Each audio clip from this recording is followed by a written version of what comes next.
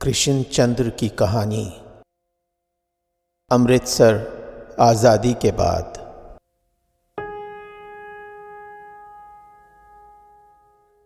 15 اگست 1947 کو ہندوستان آزاد ہوا، پاکستان آزاد ہوا۔ 15 اگست 1947 کو ہندوستان بھر میں جشن آزادی منایا جا رہا تھا اور کراچی میں آزاد پاکستان کے فرحت ناک نعرے بلند ہو رہے تھے۔ 15 اگست 1947 کو لاہور جل رہا تھا اور امرتسر میں ہندو، مسلم، سکھ عوام فرقہ وارانہ فساد کی ہولناک لپیٹ میں آ چکے تھے، کیونکہ کسی نے پنجاب کے عوام سے نہیں پوچھا تھا کہ تم الگ رہنا چاہتے ہو یا مل جل کے، جیسا تم صدیوں سے رہتے چلے آئے ہو۔ صدیوں پہلے مطلق العنانی کا دورہ تھا اور کسی نے عوام سے کبھی نہ پوچھا تھا۔ پھر انگریزوں نے اپنے سامراج کی بنیاد ڈالی اور انہوں نے پنجاب سے سپاہی اور گھوڑے اپنی فوج میں بھرتی کیے اور اس کے عوض پنجاب کو نہریں، پینشن عطا فرمائیں، لیکن انہوں نے بھی پنجابی عوام سے یہ سب کچھ پوچھ کے تھوڑی کیا تھا۔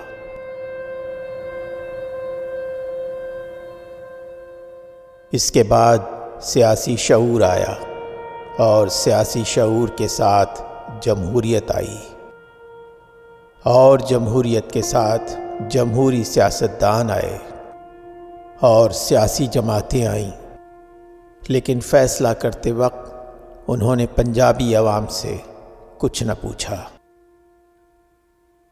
ایک نقشہ سامنے رکھ کر پنجاب کی سرزمین کے نوک قلم سے 2 ٹکڑے کر دیے۔ فیصلہ کرنے والے سیاستدان گجراتی تھے، کشمیری تھے، اس لیے پنجاب کے نقشے کو سامنے رکھ کر اس پر قلم سے ایک لکیر، ایک حد فاصل قائم کر دینا ان کے لیے زیادہ مشکل نہ تھا۔ نقشہ ایک نہایت ہی معمولی سی چیز ہے، 8 آنے روپے میں پنجاب کا نقشہ ملتا ہے، اس پر لکیر کھینچ دینا بھی آسان ہے۔ ایک کاغذ کا ٹکڑا، ایک روشنائی کی لکیر۔ وہ کیسے پنجاب کے دکھ کو سمجھ سکتے تھے، اس لکیر کی ماہیت کو جو اس نقشے کو نہیں، پنجاب کے دل کو چیرتی ہوئی چلی جا رہی تھی۔ پنجاب کے 3 مذہب تھے، لیکن اس کا دل ایک تھا، لباس ایک تھا، اس کی زبان ایک تھی، اس کے گیت ایک تھے، اس کے کھیت ایک تھے، اس کے کھیتوں کی رومانی فضا اور اس کے کسانوں کے پنچایتی ولولے ایک تھے۔ پنجاب میں وہ سب باتیں موجود تھیں جو ایک تہذیب، ایک دیس، ایک قومیت کے وجود کا احاطہ کرتی ہیں۔ پھر کس لیے اس کے گلے پر چھری چلائی گئی؟ کس لیے اس کی رگوں میں سال ہر سال کی نفرت کا بیج بو دیا گیا؟ کس لیے اس کے کھلیانوں کو شیطنیت اور ظلم اور مذہبی بہیمت کی آگ سے جلایا گیا؟ ہمیں معلوم نہ تھا، ہمیں بڑا افسوس ہے، ہم اس ظلم کی مذمت کرتے ہیں۔ ظلم اور نفرت اور مذہبی جنون کا بھڑکانے والے، پنجاب کی وحدت کو مٹا دینے والے آج مگرمچھ کے آنسو بہا رہے ہیں، اور آج پنجاب کے بیٹے دلی کی گلیوں میں اور کراچی کے بازاروں میں بھیک مانگ رہے ہیں اور ان کی عورتوں کی عصمت لٹ چکی ہے اور ان کے کھیت ویران پڑے ہیں۔ کہا جاتا ہے کہ ہندوستان اور پاکستان کی حکومتوں نے آج تک پنجابی پناہ گزینوں کے لیے 20 کروڑ روپے صرف کیے ہیں، یعنی فی کس 20 روپے۔ بڑا احسان کیا ہے ہماری 7 پشتوں پر۔ ارے ہم تو مہینے میں 20 روپے کی لسی پی جاتے ہیں، اور آج تم ان لوگوں کو خیرات دینے چلے ہو جو کل تک ہندوستان کے کسانوں میں سب سے زیادہ خوشحال تھے۔ جمہوریت کے پرستاروں، ذرا پنجاب کے کسانوں سے، اس کے طالب علموں سے، اس کے کھیت مزدوروں سے، اس کے دکانداروں سے، اس کی ماؤں، بیٹیوں اور بہوؤں ہی سے پوچھ تو لیا ہوتا کہ اس نقشے پر جو کالی لکیر لگ رہی ہے اس کے متعلق تمہارا کیا خیال ہے؟ مگر وہاں فکر کس کو تھی؟ کسی کا اپنا دیس ہوتا، کسی کا اپنا وطن ہوتا، کسی کی اپنی زبان ہوتی، کسی کے اپنے گیت ہوتے، تو وہ سمجھ سکتا کہ یہ غلطی کیا ہے اور اس کا خمیازہ کسے بھگتنا پڑے گا۔ یہ دکھ وہی سمجھ سکتا ہے جو ہیر کو رانجھے سے جدا ہوتے ہوئے دیکھے، جو سوہنی کو مہیوال کے فراق میں تڑپتا دیکھے، جس نے پنجاب کے کھیتوں میں اپنے ہاتھوں سے گیہوں کی سبز بالیاں اگائی ہوں اور اس کے کپاس کے پھولوں کے ننھے چاندوں کو چمکتا ہوا دیکھا ہو۔ یہ سیاستداں کیا سمجھ سکتے اس دکھ کو؟ جمہوریت کے سیاستداں تھے نا۔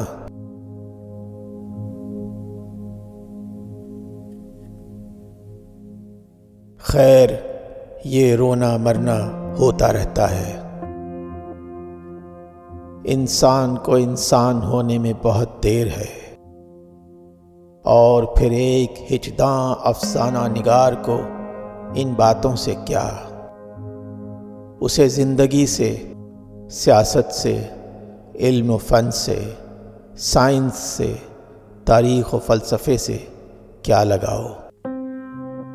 اسے کیا غرض کہ پنجاب مرتا ہے یا جیتا ہے؟ عورتوں کی عصمتیں برباد ہوتی ہیں یا محفوظ رہتی ہیں؟ بچوں کے گلے پر چھری پھیری جاتی ہے یا ان پر مہربان ہونٹوں کے بوسے ثبت ہوتے ہیں؟ اسے ان باتوں سے الگ ہو کر کہانی سنانا چاہیے، اپنی جھوٹی موٹی کہانی جو لوگوں کے دلوں کو خوش کر سکے۔ یہ بڑے بول اسے زیب نہیں دیتے۔ ٹھیک تو کہتے ہیں آپ، اس لیے اب امرتسر کی آزادی کی کہانی سنیے، اس شہر کی کہانی جہاں جلیان والا باغ ہے، جہاں شمالی ہند کی سب سے بڑی تجارتی منڈی ہے، جہاں سکھوں کا سب سے بڑا مقدس گردوارہ ہے، جہاں کی قومی تحریکوں میں مسلمانوں، ہندوؤں اور سکھوں نے ایک دوسرے سے بڑھ چڑھ کر حصہ لیا۔ کہا جاتا ہے کہ لاہور اگر فرقے داری کا قلعہ ہے تو امرتسر قومیت کا مرکز ہے۔ اسی قومیت کے سب سے بڑے مرکز کی داستان سنیے۔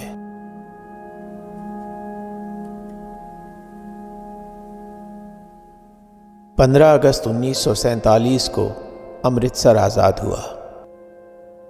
پڑوس میں لاہور جل رہا تھا، مگر امرتسر آزاد تھا، اور اس کے مکانوں، دکانوں، بازاروں پر ترنگے جھنڈے لہرا رہے تھے۔ امرتسر کے قوم پرست مسلمان اس جشن آزادی میں سب سے آگے تھے، کیونکہ وہ آزادی کی تحریک میں سب سے آگے رہے تھے۔ یہ امرتسر اکالی تحریک ہی کا امرتسر نہ تھا، یہ احراری تحریک کا بھی امرتسر تھا۔ یہ ڈاکٹر ستیہ پال کا امرتسر نہ تھا، یہ کچلو اور حسام الدین کا امرتسر تھا۔ اور آج امرتسر آزاد تھا اور اس کی قوم پرور فضا میں آزاد ہندوستان کے نعرے گونج رہے تھے، اور امرتسر کے مسلمان اور ہندو اور سکھ یکجا خوش تھے۔ جلیان والا باغ کے شہید زندہ ہو گئے۔ شام کو جب اسٹیشن پر چراغاں ہوا تو آزاد ہندوستان اور آزاد پاکستان سے 2 اسپیشل گاڑیاں آئیں۔ پاکستان سے آنے والی گاڑی میں ہندو اور سکھ تھے، ہندوستان سے آنے والی گاڑی میں مسلمان تھے۔ 3-4 ہزار افراد اس گاڑی میں اور اتنے ہی دوسری گاڑی میں، کل 6-7 ہزار افراد۔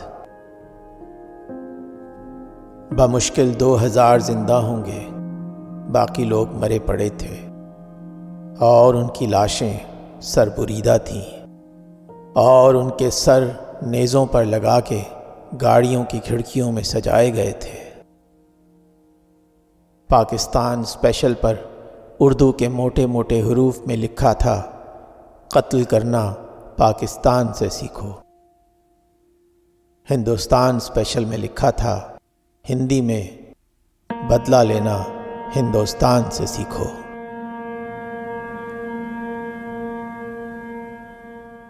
اس پر ہندوؤں اور سکھوں کو بڑا طیش آیا۔ ظالموں نے ہمارے بھائیوں کے ساتھ کتنا برا سلوک کیا ہے، ہائے یہ ہمارے ہندو اور سکھ پناہ گزیں، اور واقعی ان کی حالت بھی قابل رحم تھی۔ انہیں فوراً گاڑی سے نکال کر پناہ گزینوں کے کیمپ میں پہنچایا گیا، اور سکھوں اور ہندوؤں نے مسلمانوں کی گاڑی پر دھاوا بول دیا۔ یعنی اگر نہتے نیم مردہ مہاجرین پر حملہ کو دھاوا کہہ سکتے ہیں تو واقعی یہ دھاوا تھا۔ آدھے سے زیادہ آدمی مار ڈالے گئے۔ تب کہیں جا کر ملٹری نے حالات پر قابو پایا۔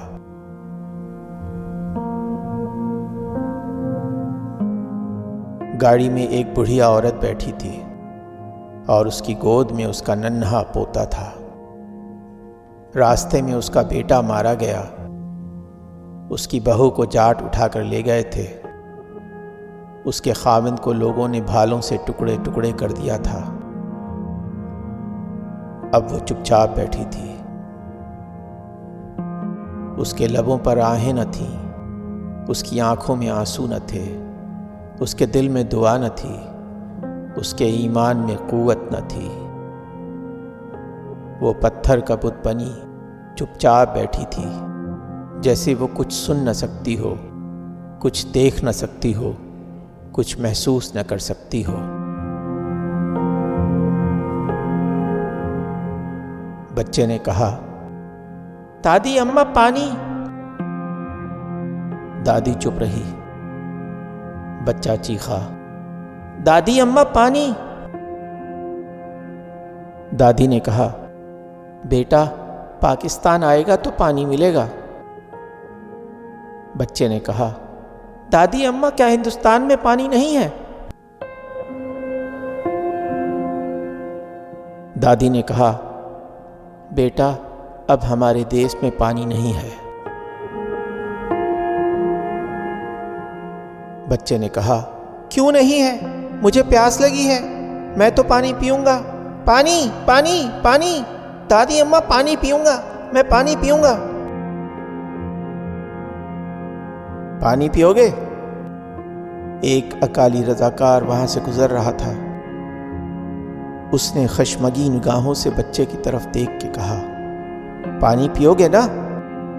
ہاں، بچے نے سر ہلایا۔ نہیں نہیں، دادی نے خوف زدہ ہو کر کہا، یہ کچھ نہیں کہتا آپ کو، یہ کچھ نہیں مانگتا آپ سے، خدا کے لیے سردار صاحب اسے چھوڑ دیجئے، میرے پاس اب کچھ نہیں ہے۔ اکالی رضاکار ہنسا۔ اس نے پائیدان سے رستے ہوئے خون کو اپنی اوک میں جمع کیا اور اسے بچے کے قریب لے جا کے کہنے لگا، لو پیاس لگی ہے تو یہ پی لو، بڑا اچھا خون ہے، مسلمان کا خون ہے۔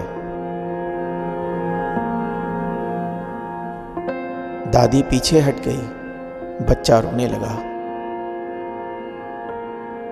دادی نے بچے کو اپنے پیلے دوپٹے سے ڈھک لیا اور اکالی رضاکار ہنستا ہوا آگے چلا گیا۔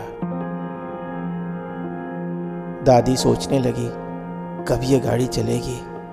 میرے اللہ، پاکستان کب آئے گا؟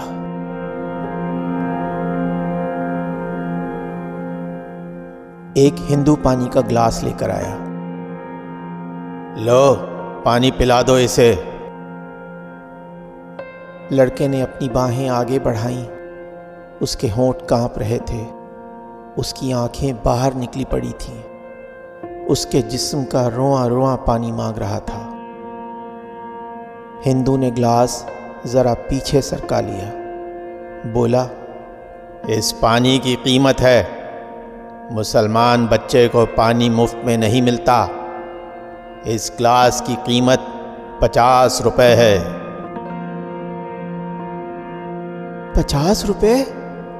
دادی نے عاجزی سے کہا، بیٹا میرے پاس تو چاندی کا ایک چھلا بھی نہیں ہے، میں 50 روپے کہاں سے دوں گی؟ پانی پانی پانی پانی دو مجھے، پانی کا گلاس مجھے دے دو، دادی اماں دیکھو یہ ہمیں پانی نہیں پینے دیتا۔ مجھے دو مجھے دو، ایک دوسرے مسافر نے کہا۔ لو میرے پاس 50 روپے ہیں۔ ہندو ہنسنے لگا، یہ 50 روپے تو بچے کے لیے تھے، تمہارے لیے اس گلاس کی قیمت 100 روپے ہے، 100 روپے دو اور یہ پانی کا گلاس پی لو۔ اچھا یہ 100 روپے ہی لے لو، یہ لو۔ دوسرے مسلمان مسافر نے 100 روپے ادا کر کے گلاس لے لیا اور اسے غٹا غٹ پینے لگا۔ بچہ اسے دیکھ کر اور بھی چلانے لگا، پانی پانی پانی، دادی اماں پانی۔ ایک گھونٹ اسے بھی دے دو، خدا اور رسول کے لیے۔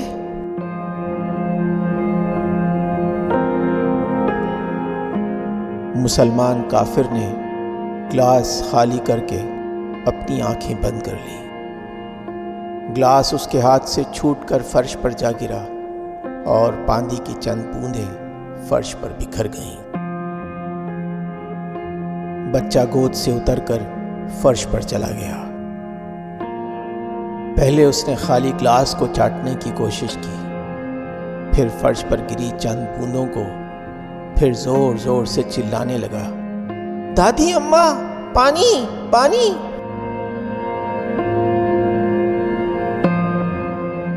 پانی موجود تھا اور پانی نہیں تھا۔ ہندو پناہ گزیں پانی پی رہے تھے اور مسلمان پناہ گزیں پیاسے تھے۔ پانی موجود تھا اور مٹکوں کی قطاریں اسٹیشن کے پلیٹ فارم پر سجی ہوئی تھیں اور پانی کے نل کھلے تھے اور بھنگی آب دست کے لیے پانی ہندو مسافروں کو دے رہے تھے۔ لیکن پانی نہیں تھا تو مسلمان مہاجرین کے لیے، کیونکہ پنجاب کے نقشے پر ایک کالی موت کی لکیر کھینچ دی گئی تھی اور کل کا بھائی آج دشمن ہو گیا تھا، اور کل جس کو ہم نے بہن کہا تھا آج وہ ہمارے لیے طوائف سے بھی بدتر تھی، اور کل جو ماں تھی آج بیٹے نے اس کو ڈائن سمجھ کر اس کے گلے پر چھری پھیر دی تھی۔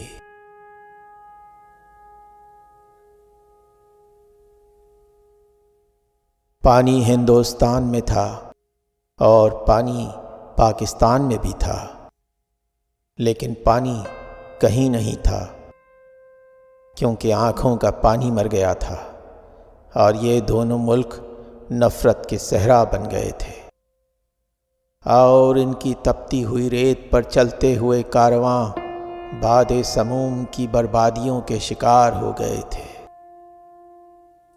پانی تھا مگر سراب تھا۔ جس دیس میں لسی اور دودھ پانی کی طرح بہتے تھے، وہاں آج پانی نہیں تھا اور اس کے بیٹے پیاس سے بلک بلک کر مر رہے تھے، لیکن دل کے دریا سوکھ گئے تھے، اس لیے پانی تھا اور نہیں بھی تھا۔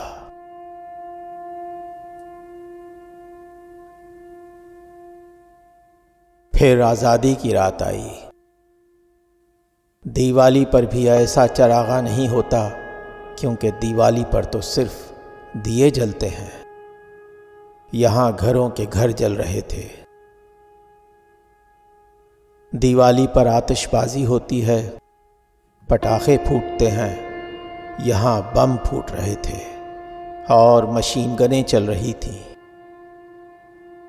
انگریزوں کے راج میں ایک پستول بھی بھولے سے کہیں نہیں ملتا تھا، اور آزادی کی رات نہ جانے کہاں سے اتنے سارے بم، ہینڈ گرینیڈ، مشین گن، سٹین گن، برین گن ٹپک پڑے۔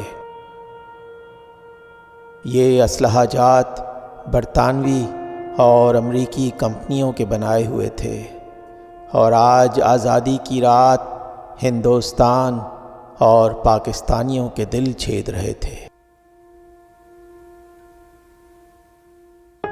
لڑے جاؤ بہادرو، مرے جاؤ بہادرو، ہم اسلحہ جات تیار کریں گے، تم لوگ لڑو گے، شاباش بہادرو۔ دیکھنا کہیں ہمارے گولہ بارود کے کارخانوں کا منافع کم نہ ہو جائے۔ گھمسان کا رن رہے تو مزہ ہے۔ چین والے لڑتے ہیں تو ہندوستان اور پاکستان والے کیوں نہ لڑیں؟ وہ بھی ایشیائی ہیں، تم بھی ایشیائی ہو، ایشیا کی عزت برقرار رکھو، لڑے جاؤ بہادرو۔ تم نے لڑنا بند کیا تو ایشیا کا رخ دوسری طرف پلٹ جائے گا، اور پھر ہمارے کارخانوں کے منافع اور حصے اور ہماری سامراجی خوشحالی خطرے میں پڑ جائے گی۔ لڑے جاؤ بہادرو۔ پہلے تم ہمارے ملکوں سے کپڑا اور شیشے کا سامان اور عطریات منگاتے تھے، اب ہم تمہیں اسلحہ جات بھیجیں گے، اور بم اور ہوائی جہاز اور کارتوس، کیونکہ اب تم آزاد ہو گئے ہو۔ مسلح ہندو اور سکھ رضاکار مسلمانوں کے گھروں کو آگ لگا رہے تھے اور جیے ہند کے نعرے گونج رہے تھے۔ مسلمان اپنے گھروں کی کمین گاہوں میں چھپ کر حملہ آوروں پر مشین گنوں سے حملہ کر رہے تھے اور ہینڈ گرینیڈ پھینکتے تھے۔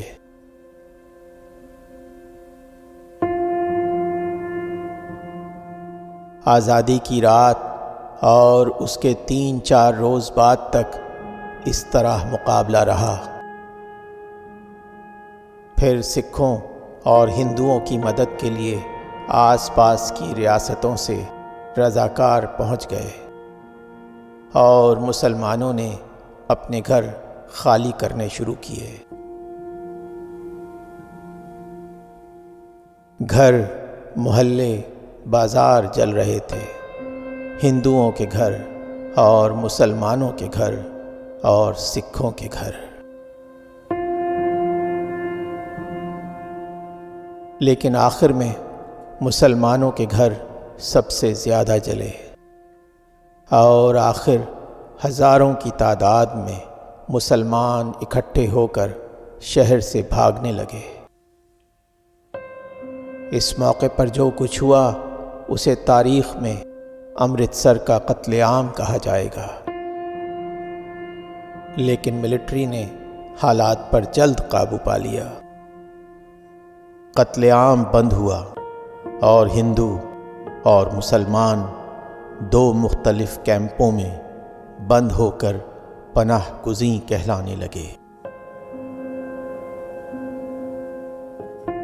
ہندو شرنارتھی کہلاتے تھے اور مسلمان پناہ گزین مہاجرین۔ گو مصیبت دونوں پر ایک ہی تھی، لیکن ان کے نام الگ الگ کر دیے گئے تھے تاکہ مصیبت میں بھی یہ لوگ اکٹھے نہ ملیں۔ دونوں کیمپوں پر نہ چھت تھی، نہ روشنی کا انتظام تھا، نہ سونے کے لیے بستر تھے، نہ پائخانے۔ لیکن ایک کیمپ ہندو اور سکھ شرنارتھیوں کا کیمپ کہلاتا تھا اور دوسرا مسلمان مہاجرین کا۔ ہندو شرنارتھیوں کے کیمپ میں آزادی کی رات کو شدید بخار میں لرزتی ہوئی ایک ماں اپنے بیمار بیٹے کے سامنے دم توڑ رہی تھی۔ یہ لوگ مغربی پنجاب سے آئے 15 آدمیوں کا خاندان تھا۔ پاکستان سے ہندوستان آتے آتے صرف 2 افراد رہ گئے تھے، اور اب ان میں بھی ایک بیمار تھا، دوسرا دم توڑ رہا تھا۔ جب یہ 15 افراد کا قافلہ گھر سے چلا تھا تو ان کے پاس بستر تھے، سامان خورد و نوش تھا، کپڑوں سے بھرے ہوئے ٹرنک تھے، روپیوں کی پوٹلیاں تھیں اور عورتوں کے جسموں پر زیور تھے۔ لڑکے کے پاس ایک بائسیکل تھی اور یہ سب 15 آدمی تھے۔ گجرانوالہ تک پہنچتے پہنچتے 10 آدمی رہ گئے تھے۔ پہلے روپیہ گیا، پھر زیور گیا، پھر عورتوں کے جسم گئے۔ لاہور آتے آتے 6 آدمی رہ گئے۔ کپڑوں کے ٹرنک گئے اور بستر بھی، اور لڑکے کو اپنی بائسیکل کے چھن جانے کا بڑا افسوس تھا۔ اور جب مغل پورہ سے آگے بڑھے تو صرف 2 رہ گئے، ماں اور ایک بیٹا، اور ایک لحاف جو دم توڑتی ہوئی عورت لرزے کے بخار میں اس وقت اوڑھے ہوئی تھی۔ اس وقت آدھی رات کے وقت، آزادی کی پہلی رات کو، وہ عورت مر رہی تھی اور اس کا بیٹا چپ چاپ اس کے سرہانے بیٹھا ہوا بخار سے کانپ رہا تھا، اور اس کی کٹکٹی بندھی ہوئی تھی، اور آنسو ایک مدت ہوئی ختم ہو چکے تھے۔ اور جب اس کی ماں مر گئی تو اس نے آہستہ سے لحاف کو اس کے جسم سے الگ کیا اور اسے اوڑھ کر کیمپ کے دوسرے کونے میں چلا گیا۔ تھوڑی دیر کے بعد ایک رضاکار اس کے پاس آیا، اس سے کہنے لگا، وہ ادھر تمہاری ماں تھی جو مر گئی ہے؟ نہیں نہیں، مجھے کچھ معلوم نہیں، وہ کون تھی؟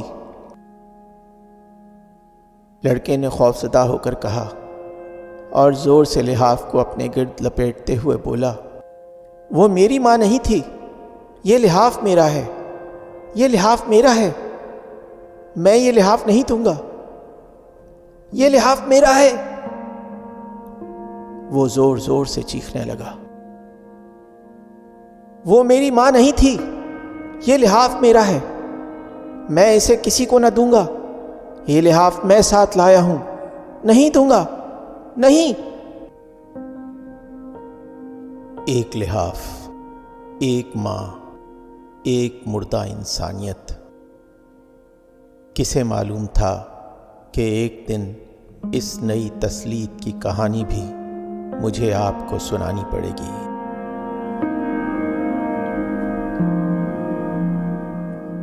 جب مسلمان بھاگے تو ان کے گھر لٹنے شروع ہو گئے۔ شاید ہی کوئی شریف آدمی رہا ہو جس نے اس لوٹ میں حصہ نہ لیا ہو۔ آزادی کے تیسرے دن کی بات ہے، میں اپنی گائے کو گلی کے باہر نل پر پانی پلانے لے جا رہا تھا۔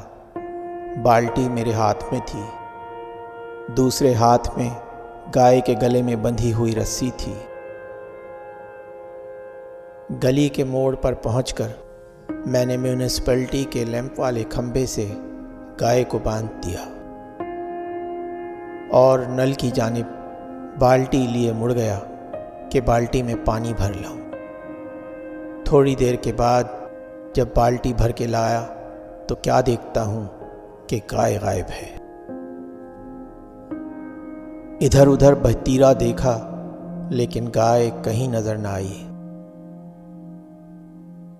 یکایک میری نگاہ ساتھ والے مکان کے آنگن میں گئی۔ دیکھتا ہوں تو گائے آنگن میں بندھی کھڑی ہے۔ میں گھر میں گھسا۔ کیا ہے بھائی، کون ہو تم؟ ایک سردار صاحب نے نہایت خشونت سے کہا۔ میں نے کہا، میں ابھی اپنی گائے کو اس سے باندھ کر نل پر پانی لانے گیا تھا۔ یہ گائے تو میری ہے سردار جی۔ سردار جی مسکرائے۔ ہلا ہلا، کوئی گل نہیں، میں نے سمجھا کسی مسلمان کی گائے ہے۔ یہ آپ کی گائے ہے تو پھر لے جائیے۔ اتنا کہہ کر انہوں نے گائے کی رسی کھول کر میرے ہاتھ میں تھما دی۔ معاف کرنا، میرے چلتے چلتے اس نے پھر کہا، آپاں سمجھیا کسی مسلمان دی گائے ہے۔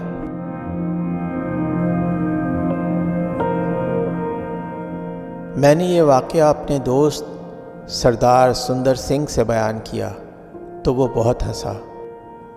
بھلا اس میں ہنسنے کی کیا بات ہے؟ میں نے اس سے پوچھا تو وہ اور بھی زور زور سے ہنسنے لگا۔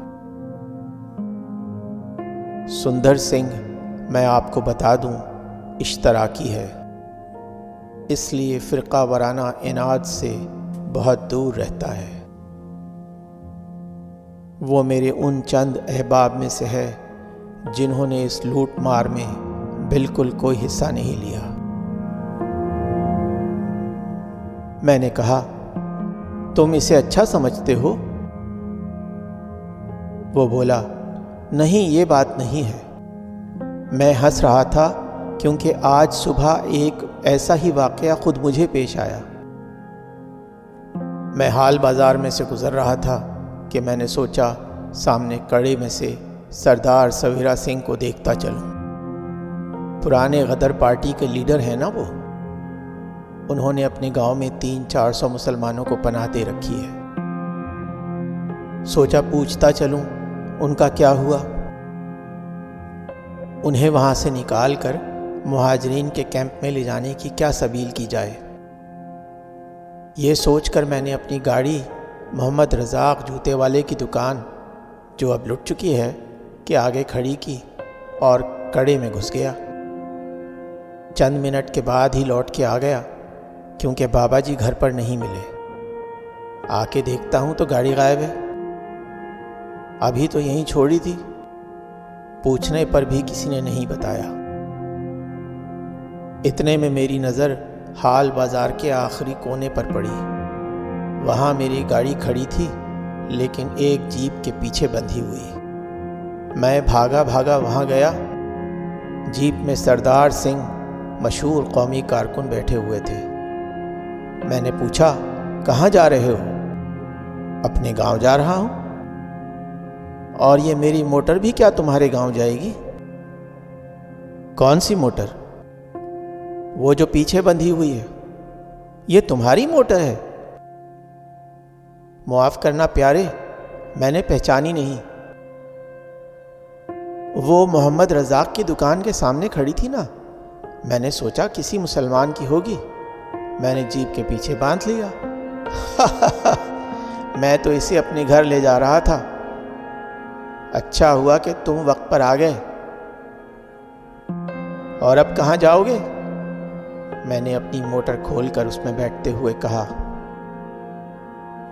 اب کہیں اور جاؤں گا، کہیں نہ کہیں سے کوئی مال مل ہی جائے گا۔ سردار سنگھ قومی کارکن ہیں، جیل جا چکے ہیں، جرمانے ادا کر چکے ہیں، سیاسی آزادی کے حصول کے لیے قربانیاں دے چکے ہیں۔ یہ واقعہ سنا کر سندر سنگھ نے کہا، بدمعاشی و بربادی اس حد تک پھیل گئی ہے کہ ہمارے اچھے اچھے قومی کارکن بھی اس سے محفوظ نہیں رہے۔ ہماری سیاسی جماعتوں میں کام کرنے والے طبقے کا ایک جزو خود اس لوٹ مار قتل و غارت گری میں شریک ہے۔ اس رو کو اگر اسی وقت روکا نہ گیا تو دونوں جماعتیں فسطائی ہو جائیں گی، یہی کوئی 2-4 سال ہی میں۔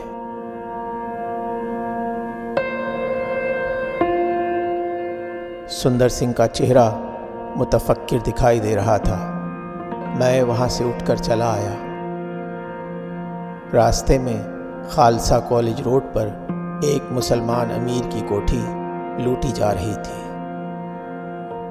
اسباب کے لدے ہوئے چھکڑے مختلف گروہ لیے جا رہے تھے۔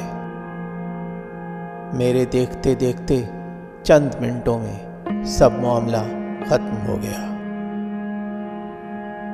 سڑک پر چلنے والے ہندو اور سکھ راہگیر بھی کوٹھی کی طرف بھاگے، لیکن پولیس کے سپاہیوں کو وہاں سے نکلتے دیکھ کر ٹھٹک گئے۔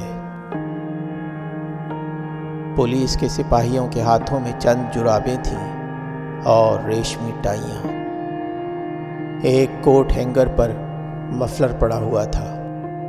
انہوں نے مسکرا کر لوگوں سے کہا، اب کہاں جاتے ہو؟ وہاں تو سب کچھ پہلے ہی ختم ہو چکا۔ ایک مہاشے جو شکل و صورت سے آریہ سماجی معلوم ہوتے تھے اور میرے سامنے ہی کوٹھی کی طرف بھاگے تھے، اب مڑ کر میری طرف دیکھ کر کہنے لگے، دیکھیے صاحب، دنیا کیسی پاگل ہو گئی ہے۔ میرے قریب سے ایک دودھ بیچنے والا بھیا گزرا۔ بیچارے کے حصے میں چند کتابیں آئی تھیں، وہ انہیں لیے جا رہا تھا۔ میں نے پوچھا، ان کتابوں کا کیا کرو گے؟ پڑھ سکتے ہو؟ نا بابو جی۔ پھر؟ اس نے کتابوں کی طرف غصے سے دیکھا اور بولا، ہم کیا کریں بابو، جدھر جاتے ہیں لوگ پہلے ہی اچھا سامان اٹھا لیے جاتے ہیں، ہماری تو قسمت خراب ہے بابو۔ اس نے پھر کتابوں کو غصے سے دیکھا۔ اس کا ارادہ تھا انہیں یہیں سڑک پر پھینک دے، پھر اس کا ارادہ بدل گیا۔ وہ مسکرا کر کہنے لگا، کوئی بات نہیں، یہ موٹی موٹی کتابیں چولہے میں خوب جلیں گی، رات کے بھوجن کے لیے لکڑیوں کی ضرورت نہیں۔ بڑی اچھی کتابیں تھیں، سب چولہے میں گئیں۔ ارسطو، سقراط، افلاطون، روسو، شیکسپیئر، سب چولہے میں گئے۔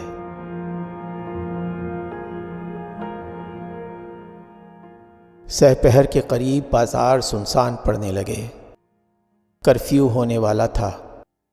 میں جلدی کوچا رام داس سے نکلا اور مقدس گردوارے کو تعظیم دیتا ہوا اپنے گھر کی جانب بڑھ گیا۔ راستے میں اندھیری گلی پڑتی ہے، جہاں جلیاں والے باغ کے روز لوگوں کو گھٹنوں کے بل چلنے پر مجبور کر دیا گیا تھا۔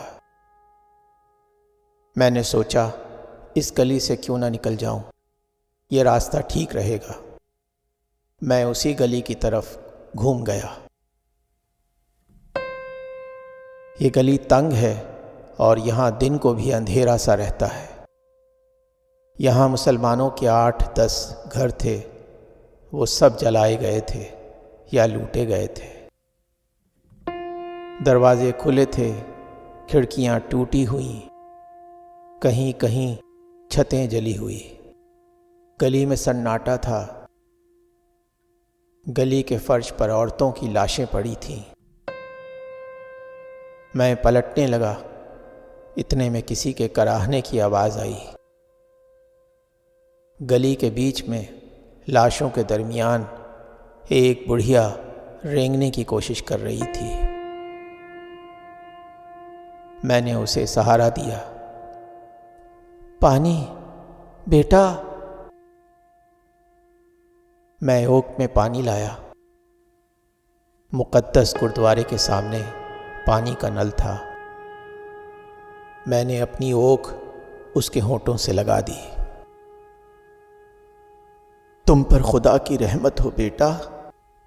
تم کون ہو؟ خیر، تم جو کوئی بھی ہو، تم پر خدا کی رحمت ہو بیٹا۔ یہ ایک مرنے والی کے الفاظ ہیں، انہیں یاد رکھنا۔ میں نے اسے اٹھانے کی کوشش کرتے ہوئے کہا، تمہیں کہاں چوٹ آئی ہے ماں؟ بڑھیا نے کہا، مجھے مت اٹھاؤ، میں یہیں مروں گی، اپنی بہو بیٹیوں کے درمیان۔ کیا کہا تم نے؟ چوٹ؟ ارے بیٹا، یہ چوٹ بہت گہری ہے۔ یہ گھاؤ دل کے اندر ہی بہت گہرا گھاؤ ہے۔ تم لوگ اس سے کیسے پنپ سکو گے؟ تمہیں خدا کیسے معاف کرے گا؟ ہمیں معاف کر دو ماں۔ مگر بڑھیا نے کچھ نہیں سنا۔ وہ آپ ہی آپ کہتی جا رہی تھی، پہلے انہوں نے ہمارے مردوں کو مارا، پھر ہمارے گھر لوٹے، پھر ہمیں گھسیٹ کر گلی میں لے آئے، اور اس گلی میں، اس فرش پر، اس مقدس گردوارے کے سامنے، جس میں ہر روز تعلیم دی جاتی تھی، انہوں نے ہماری عصمت دری کی اور پھر ہمیں گولی سے مار دیا۔ میں تو ان کی دادیوں کے ہم عمر تھی، انہوں نے مجھے بھی معاف نہیں کیا۔ یکایک اس نے مجھے آستین سے پکڑ لیا۔ تو جانتا ہے، یہ امرتسر کا شہر ہے، یہ میرا شہر ہے۔ اس مقدس گردوارے کو میں روز سلام کرتی تھی، جیسے اپنی مسجد کو روز سلام کرتی ہوں۔ میری گلی میں ہندو، مسلمان، سکھ بھی بستے ہیں، اور کئی پشتوں سے ہم لوگ یہاں بستے چلے آئے ہیں، اور ہم ہمیشہ ہمیشہ محبت سے اور پیار سے اور صلح سے رہے، اور کبھی کچھ نہیں ہوا۔ میرے ہم مذہبوں کو معاف کرو اماں۔ تو جانتا ہے میں کون ہوں؟ میں زینب کی ماں ہوں۔ تو جانتا ہے زینب کون تھی؟ زینب وہ لڑکی تھی جس نے جلیان والے روز اس گلی میں گورے کے آگے سر نہیں جھکایا، جو اپنے ملک اور اپنی قوم کے لیے سر اونچا کیے اس گلی میں سے گزر گئی۔ یہی وہ گلی ہے، یہی وہ جگہ ہے جہاں زینب شہید ہوئی تھی۔ میں اسی زینب کی ماں ہوں میں ایسی آسانی سے تمہارا پیچھا چھوڑنے والی نہیں ہوں۔ مجھے سہارا دو، مجھے کھڑا کرو۔ میں اپنی لٹی ہوئی آبرو اور اپنی بہو بیٹیوں کی برباد عصمتیں لے کر سیاست دانوں کے پاس جاؤں گی۔ مجھے سہارا دو۔ میں ان سے کہوں گی، میں زینب کی ماں ہوں، میں امرتسر کی ماں ہوں، میں پنجاب کی ماں ہوں۔ تم نے میری گود اجاڑی ہے، تم نے بڑھاپے میں میرا منہ کالا کیا ہے، میری جوان جوان بہوؤں اور بیٹیوں کی پاک و صاف روحوں کو جہنم کی آگ میں جھونکا ہے۔ میں ان سے پوچھوں گی کہ کیا زینب اسی آزادی کے لیے قربان ہوئی تھی؟ میں زینب کی ماں ہوں۔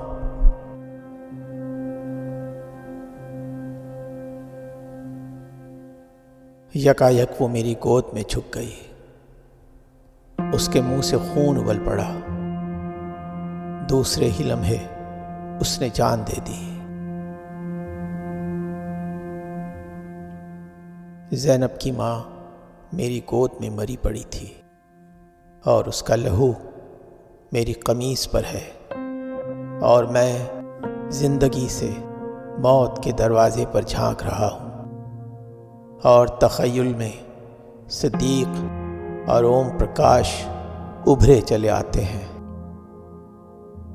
اور زینب کا غرور کا سر فضا میں ابھرتا چلا آتا ہے، اور شہید مجھ سے کہتے ہیں کہ ہم پھر آئیں گے، صدیق، اوم پرکاش، ہم پھر آئیں گے، شام کور، زینب، پارو بیگم، ہم پھر آئیں گے،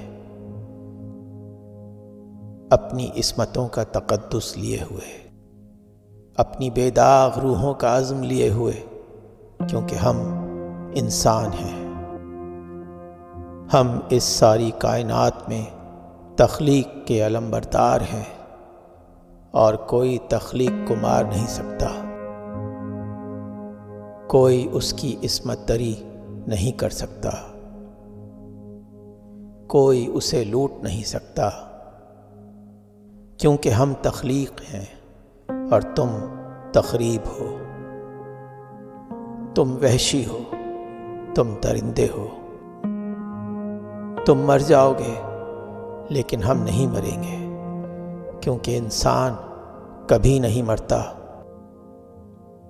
وہ درندہ نہیں ہے، وہ نیکی کی روح ہے، خدائی کا حاصل ہے، کائنات کا غرور ہے۔